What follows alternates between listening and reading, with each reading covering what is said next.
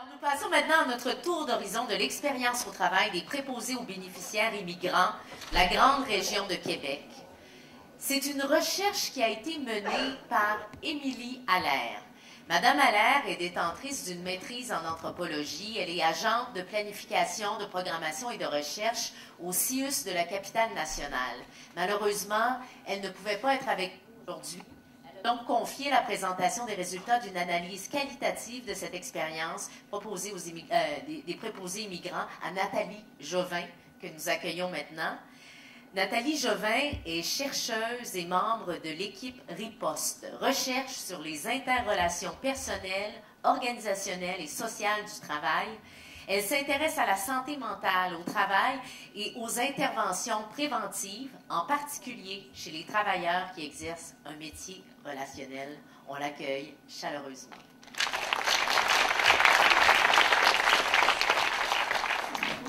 Alors, effectivement, aujourd'hui, ce devrait être Émilie Allaire qui est ici.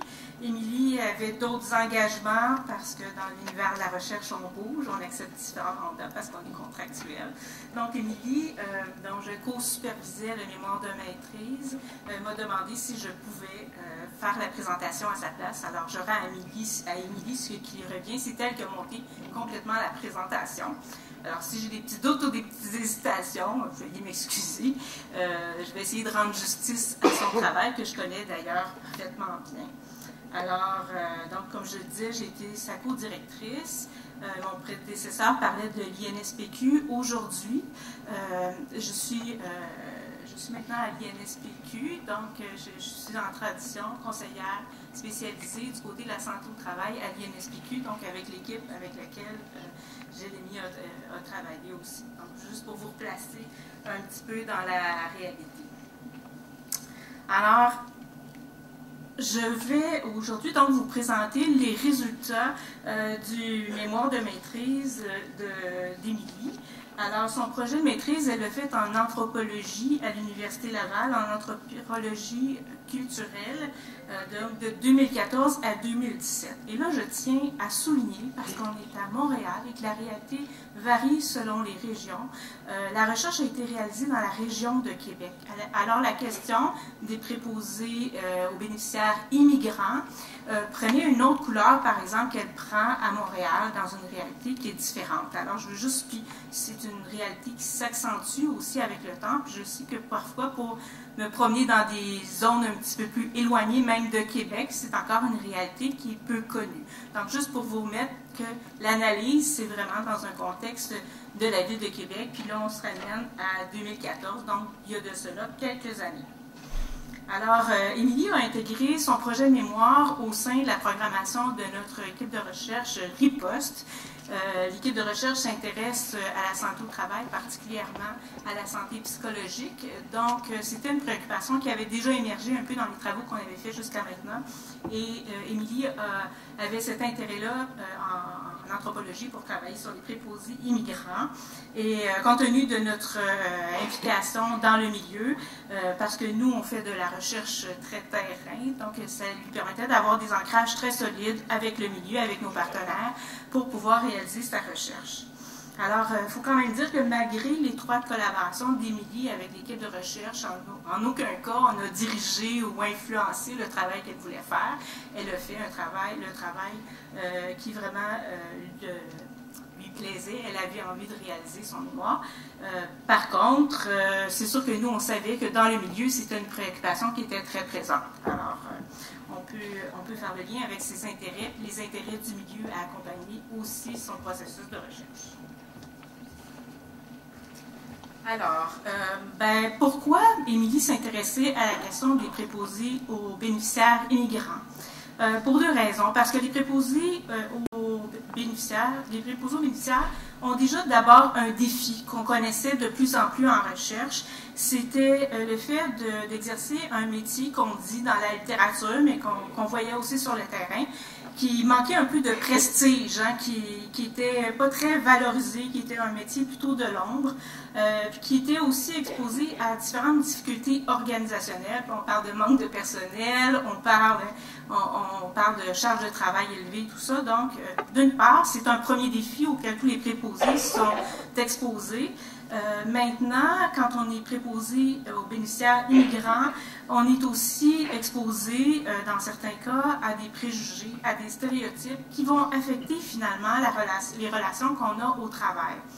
Alors, c'est comme si pour les préposés immigrants, finalement, il y avait des obstacles supplémentaires en général. Je ne parle pas pour tout le monde, mais là, je me mets au-dessus de la mêlée, je ne parle pas du cas à cas. Donc, il y a quand même un défi supplémentaire, puis c'est un double défi qui est très peu documenté dans la littérature. Alors, ça justifiait le fait de faire, finalement, des études plus particulièrement sur cette question-là.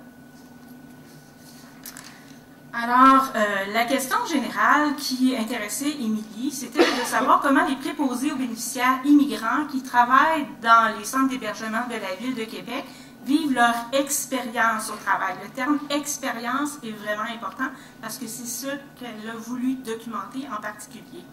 Alors, elle veut, en d'autres mots, illustrer la place que l'ethnicité, le caractère ethnique, vient jouer dans l'expérience de travail des préposés aux bénéficiaires qui sont immigrants. Donc, il y avait 5 objectifs. Là, je m'excuse, on est dans un cadre plus recherche, et c'est important de camper les choses un peu parce que c'est de la recherche. Il y avait 5 objectifs qui étaient poursuivis par la recherche. Je vais venir vous présenter, grosso modo, les résultats liés à 4 de ces objectifs-là. Alors, le premier, qui était d'identifier les trajectoires migratoires et professionnelles des personnes. Donc, de voir comment ils sont arrivés en termes d'immigration, mais aussi professionnellement, pour devenir préposés aux bénéficiaires. Alors, on voulait aussi décrire l'organisation du travail dans un centre d'hébergement. Cet objectif-là, je ne vais pas vous en parler aujourd'hui. On va le couvrir ailleurs, puis c'est quelque chose qu'on connaît davantage, puis ça prendrait beaucoup de temps. Donc, elle a réduit la présentation pour ne pas traiter de celui-là.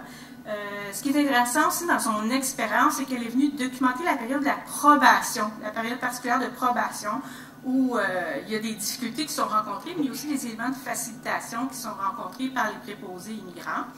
Elle a voulu aussi décrire l'expérience de soins et la relation avec les résidents, donc la dimension des résidents, mais d'un autre côté, elle a voulu aussi décrire les facilitateurs et les difficultés qui sont rencontrées dans l'expérience plutôt avec les collègues de travail. Donc, les deux dimensions, collègues de travail et résidents.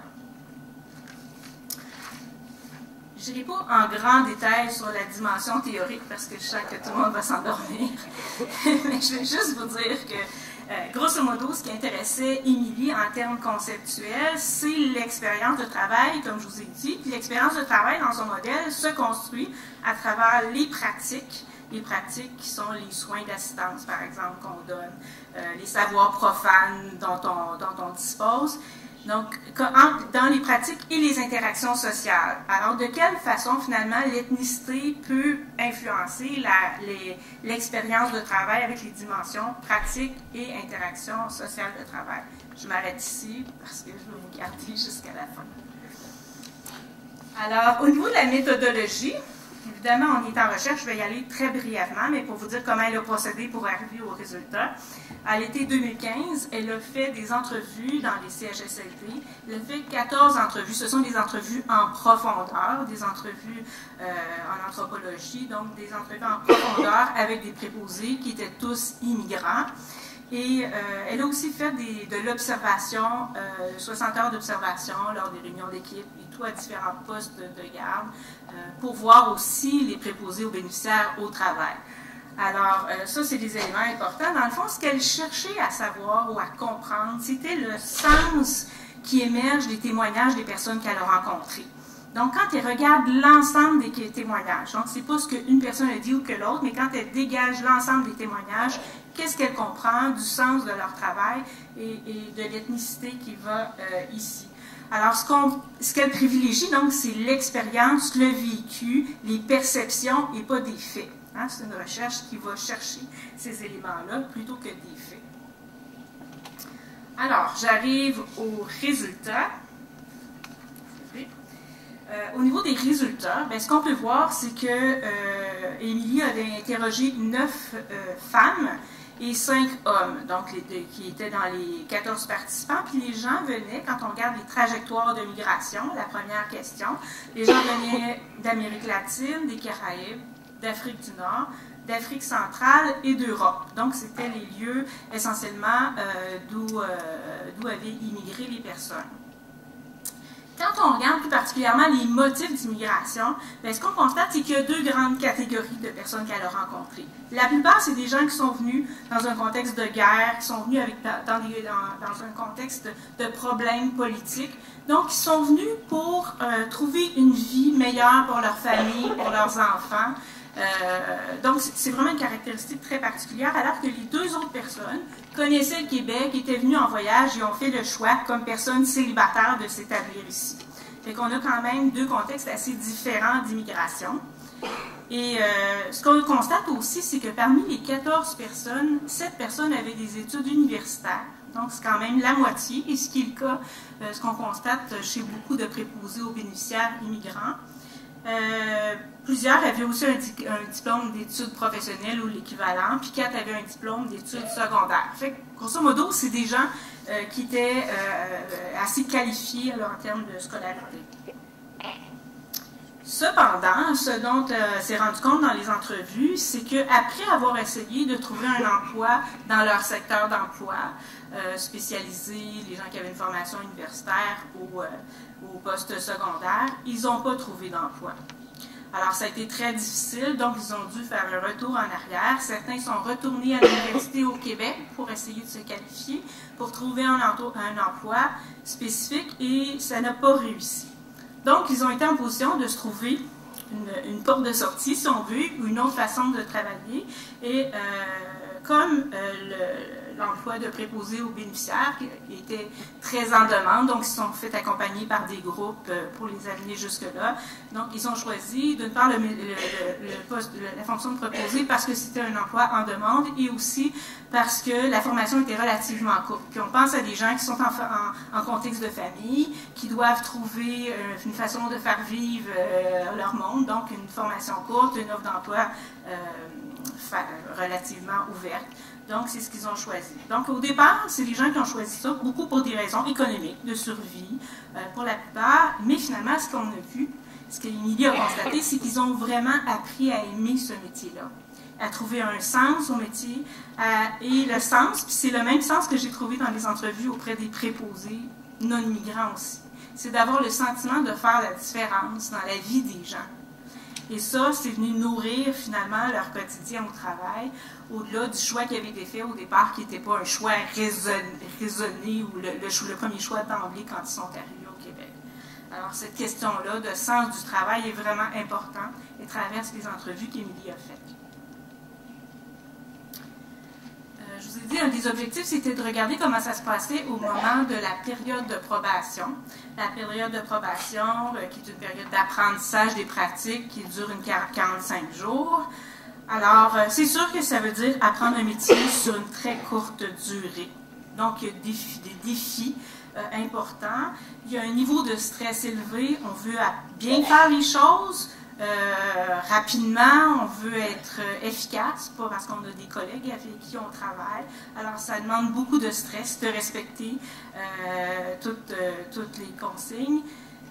Évidemment, plusieurs m'ont dit se sentir quelque part surveillé, observé. C'est probablement vrai pour une bonne partie des gens qui sont dans un processus de probation. Ça, c'est quelque chose qui a sorti beaucoup. Un défi, c'était l'apprentissage de la rapidité de l'exécution. Vous l'avez dit beaucoup, des horaires respectés, donc d'entrer dans ce contexte de rapidité-là. C'était quelque chose qui était vraiment important. Ce qui a été difficile aussi, ça a été de vivre les premiers refus des résidents, refus compte tenu du fait visiblement qui venaient d'ailleurs, qui qu'il y avait une couleur différente ou, au niveau de la langue, donc de vivre ça. Mais ce qui a aussi été très blessant pour plusieurs, c'est de vivre les premiers refus de collègues, de sentir une première exclusion de collègues qui les ont fait sentir qu'ils n'étaient pas bienvenus. Alors, et aussi pour certains, c'était le sentiment d'être en quelque part, en quelque sorte, un fardeau pour l'équipe. Et ça, je vous dis, c'est probablement vrai pour certaines personnes, d'autres personnes qui sont dans un contexte comme celui-là. Mais quand on ajoute le contexte de venir d'ailleurs, du double défi, bien c'est sûr que ça vient colorer ici. Alors, une fois que la probation est terminée, c'est la réussite, on baisse les épaules un peu, on est soulagé, on a traversé la période et on vit un certain soulagement. Mais ça ne s'arrête pas quand les 45 jours sont terminés, évidemment. Au niveau de la relation avec les résidents, plus particulièrement, ce qui était l'objectif 4, ce qu'on va voir, c'est que finalement, les résidents, pour les préposés immigrants, c'est souvent la relation la plus nourrissante dans leur travail. C'est là où ils se sentent le mieux, c'est les relations les plus positives quand ils travaillent. Je vous dis, je ne parle pas du cas par cas, mais de quand on se dégage de l'ensemble des entrevues. C'est ce qui les maintient en emploi, c'est ce qui leur donne le goût de rentrer travailler. Dans certains cas, on va dire c'est les collègues, de retrouver ma gang, mes collègues ici. Ce qui donnait beaucoup de sens, ce qui leur donnait envie de travailler, c'est de venir travailler avec ces personnes-là. C'est sûr que même après 45 jours, il reste des situations où les gens reçoivent des messages genre « touche-moi pas, t'es noir, je veux pas voir un noir, je veux pas voir si, je comprends pas ». Il y avait quand même au niveau de la langue ces éléments-là. Mais en général, les préposés immigrants sont ça va très compréhensif. Ils mettent beaucoup ça sur le fait que c'est parce que c'est les personnes âgées, les résidents ont très peu d'expérience, on parle du contexte de Québec, avec des personnes qui viennent d'ailleurs. Donc, ils excusent beaucoup finalement la position des personnes, puis ils vont mettre la faute aussi beaucoup sur la maladie des personnes. Donc, la relation finalement avec les résidents se passe globalement assez bien. Puis, donc, ils mettent ça sur les tensions qui continuent de demeurer, d'exister, ils le mettent en général sur la faute, finalement, de la condition des personnes qui... Mais ils se sentent, c'est ça, mais ils se sentent très... ça donne quand même beaucoup de sens au fait qu'ils continuent de venir travailler. Ce qui fait la différence aussi, donc, c'est beaucoup d'avoir une certaine relation de proximité avec les résidents, qui va donner beaucoup de sens aux personnes. Donc, pour arriver à avoir cette proximité-là, ben c'est sûr que ça prend du temps, de la patience, comme pour toutes les autres personnes, du personnel soignant, finalement. Ça se gagne à petit feu. C'est quelque chose dans lequel ils aiment investir. Il faut du calme, de la douceur au moment des soins, il faut du respect. Alors, c'est tous des éléments qui se dégagent beaucoup des entrevues qui ont été faites. Puis, il y a une grande sensibilité à prioriser les préférences des résidents, puis à écouter leurs besoins. Alors, une grande sensibilité humaine dont il parle, d'avoir cette priorité-là. Ce qui est intéressant aussi, quand même, dans toutes les personnes qui ont été entendues en entrevue, c'est que tout le monde a réussi à établir des relations de confiance avec des résidents, malgré les difficultés, particulièrement les difficultés organisationnelles de contraintes de temps, de manque de personnel. Quand on les questionne sur cet élément-là, ils ont tous réussi quelque part à avoir un gain au niveau du rapport qu'ils ont de relation de confiance avec les résidents. Donc, c'est le point très positif. Hein, c'est ce qui va chercher beaucoup de valeur, de valorisation chez les préposés, cette relation-là avec les personnes dont ils prennent soin. Par ailleurs, on est dans l'autre aspect de la relation au travail, l'aspect de la collaboration avec des collègues de travail, qui est elle moins facile et qui le côté plus dévalorisation dans certains cas de leur fonction de préposé au travail, préposé aux bénéficiaires. C'est-à-dire, je rappelle que c'est pas tout le monde qui dit ça, mais c'est un élément qui ressort pour faire des nuances, là, parce que tout le monde, tous les discours sont nuancés aussi, mais si on prend le pôle de plus grande dévalorisation, c'est beaucoup dans les rapports, dans les relations qu'ils entretiennent avec leurs collègues de travail. Alors, pour plusieurs, ils vont parler d'acceptation difficile de leurs différences dans les équipes. Alors, c'est quelque chose qui peut être souligné. Plusieurs vont parler d'attitudes plus négatives, de comportements, de plus de discrimination à leur égard, de stéréotypes des personnes avec qui ils travaillent. Alors, c'est pas facile quand ils ont ce sentiment-là, puis je parlais des perceptions, hein, j'étais pas là pour observer que ça s'est passé, Émilie encore moins, mais ce qu'ils ressentent beaucoup, c'est d'être confrontés à une équipe de travail, finalement, qui les exclut, qui a un certain mépris, ils se sentent aussi surveillés dans leur travail. Alors, et ils se sentent aussi ils entendent, ils perçoivent beaucoup de critiques sur leurs différences, mais essentiellement sur leurs différences corporelles, sur des choses qui sont liées à la couleur, à leur accent, à la difficulté de les comprendre. C'est pas tant des difficultés liées à des valeurs, par exemple, ou à des religions différentes. C'est pas comme ça que ça s'exprime. Eux autres le ressentent plus avec des perceptions vraiment qui sont plus liées à la façon dont ils paraissent ou dont ils s'expriment. Donc, de la difficulté, finalement, à s'intégrer au groupe de préposés compte tenu de ces différences-là. Alors, on va poser des commentaires sur leur odeur, par exemple. Je m'excuse, mais c'est comme ça qu'eux le manifestent, hein, sur des choses très particulières.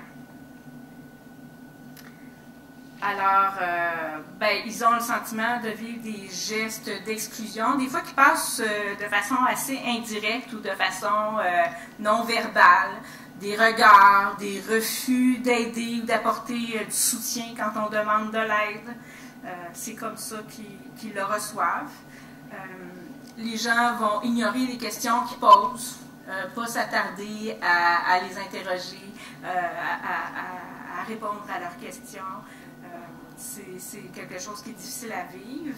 Donc, dans deux cas, on a même parlé d'exclusion verbale, donc de refuser carrément de parler à la personne, ce qu'ils perçoivent, eux, être lié à leur statut de préposé immigrant. Alors, c'est sûr que l'exclusion, ça blesse, ça donne l'impression de ne pas faire partie de l'équipe, et on sait comment, en santé au travail, en santé psychologique au travail, l'équipe joue un rôle primordial, juste en termes de soutien que l'équipe peut apporter quand on vit des difficultés. C'est un rempart pour la santé, pour la sécurité, le soutien, le fait d'appartenir à une équipe. On travaille beaucoup là-dedans. Eux, beaucoup ont l'impression finalement qu'ils n'occupent pas cette place-là dans l'équipe. Alors, on peut avoir une inquiétude, c'est mon commentaire personnel, mais on peut avoir une inquiétude au niveau du soutien qu'ils vont recevoir au travail, donc au risque en termes de santé, de sécurité physique éventuellement et psychologique aussi. Alors, finalement, c'est un milieu de méfiance et de commérage. On a parlé de méfiance tantôt, c'est quelque chose qu'on entend dans beaucoup d'entrevues auprès des préposés, pas juste chez les préposés immigrants. Alors, leur travail est souvent critiqué, souvent par en arrière, des conversations de corridor, mais on relève rarement les bons coups. Ça, je peux dire qu'on peut dire qu'on a entendu ça aussi par ailleurs. Il y a une idée préconçue qui semble se promener de leur perception sur les préposés immigrants. Un contexte de dévalorisation qui se sentent exclus. Alors, ce qu'on remarque chez beaucoup de préposés immigrants, c'est qu'en soi, ils s'excluent un peu. Je l'ai entendu chez les préposés non immigrants, les préposés que Émilie appelle des natifs du Québec, mais on voit beaucoup chez les préposés immigrants la tendance à s'exclure, souvent parce qu'ils étaient peut-être plus seuls de leur catégorie, se tenir à l'écart lors des pauses, lors des dîners, d'aller manger dans leur voiture quand il y en a, d'essayer d'éviter d'être en contact, pour se protéger aussi des tensions qui sont dans le groupe. Par ailleurs, on a quand même fait d'autres travaux.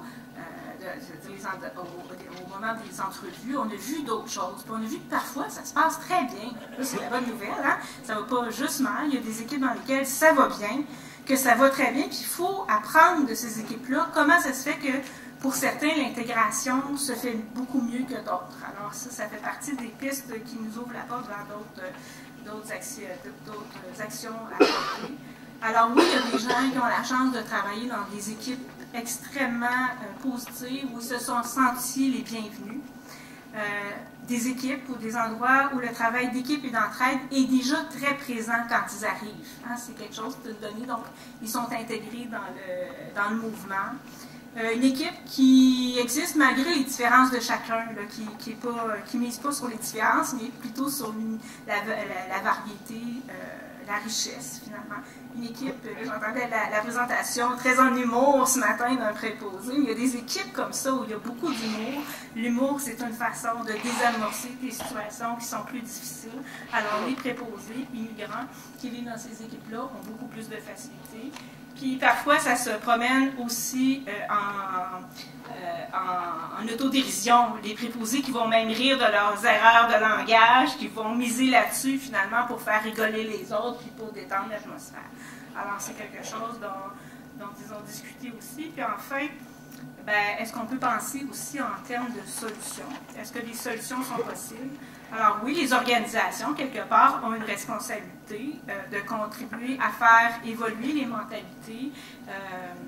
On le voit ici, des PAB natifs, donc des PAB ou des équipes qui sont d'origine du Québec.